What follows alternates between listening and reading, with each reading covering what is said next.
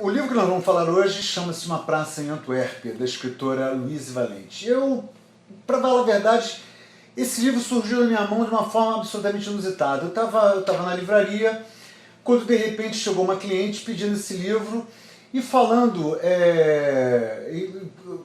que ia dar de presente para o avô dela, que é um imigrante judeu. E esse livro menciona um personagem importante da história de Portugal, chamado Aristides Sousa Dantas, que foi um embaixador em Portugal que, quando ele estava na França, que simplesmente liberou a entrada de judeus na França. E esses judeus migraram, muitos deles, para o Brasil. E ele pagou um preço altíssimo por isso. Foi colocado quase numa condição de miséria. Viveu o pão que o diabo amassou. E não foi à toa que ele é mencionado com muito carinho pela comunidade judaica, principalmente quando ele foi enterrado no cemitério dos Justos. Vamos à história? Bom, o livro começa no Réveillon do ano de 1999 para o ano 2000. Uma festa muito grande se dá em Copacabana e uma senhora chamada Olivia se isola de todas e acaba contando uma história para sua neta Tita. A história começa no início do século XX, quando Manuel, o pai de Olivia, está muito feliz porque a sua mulher, Josefina, está grávida. Manuel trabalha numa quinta, uma espécie de um sítio, trabalha com uvas. E todos estão muito felizes esperando o grande dia. A situação já estava começando a ficar perfeita, muito perfeita, quando as duas filhas chegam, Clarice e Olivia. Mas Josefina acabou perecendo, ou seja, morreu durante o processo de parto. As filhas acabaram sendo criadas pela mãe de Josefina e o pai tinha uma relação muito fria com as filhas, já que responsabilizava todas elas pela morte da mulher que ele tanto amava. E essa relação, apesar de ser fria, ele nunca faltou com as obrigações, ele sempre trabalhou normalmente, mas nunca conseguiu se recuperar da perda da mulher que ele tanto amava. Quando as meninas estão um pouco mais velhas, adolescentes, o Manuel acaba falecendo. E o único gesto de carinho que essas duas meninas tiveram foi exatamente dar um beijo na cabeça do pai no último adeus.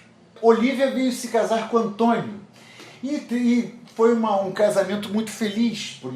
E o Antônio, ele tinha alguns objetivos na vida.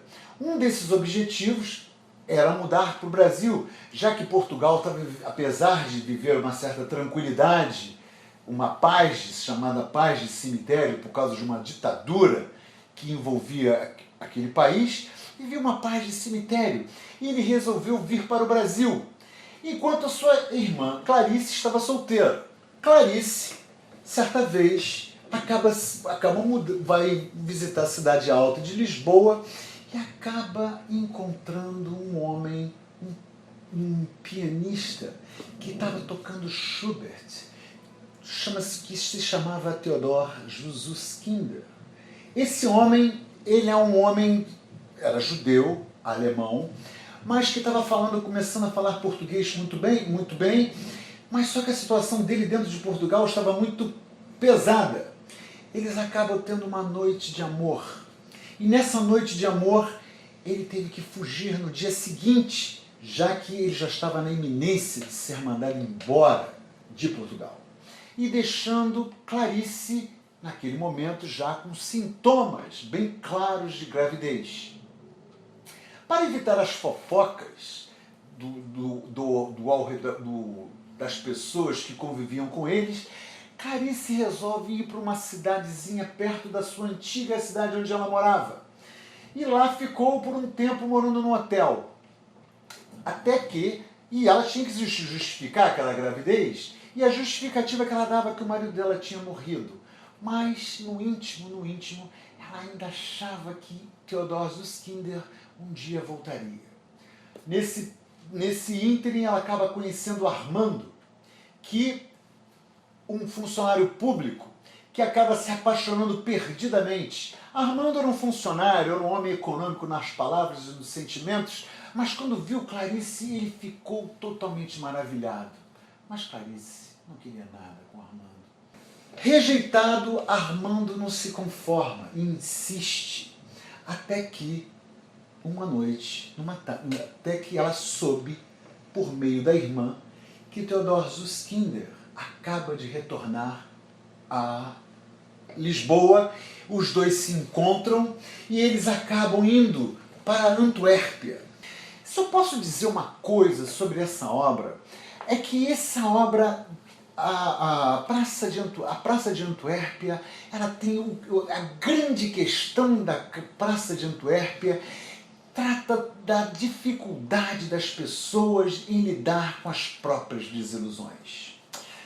Fiz esse pequeno parêntese para dizer que Clarice Susskinder, dessa vez, vai para Antuérpia. O marido desiste do piano, acaba trabalhando como um homem que trabalha com diamantes.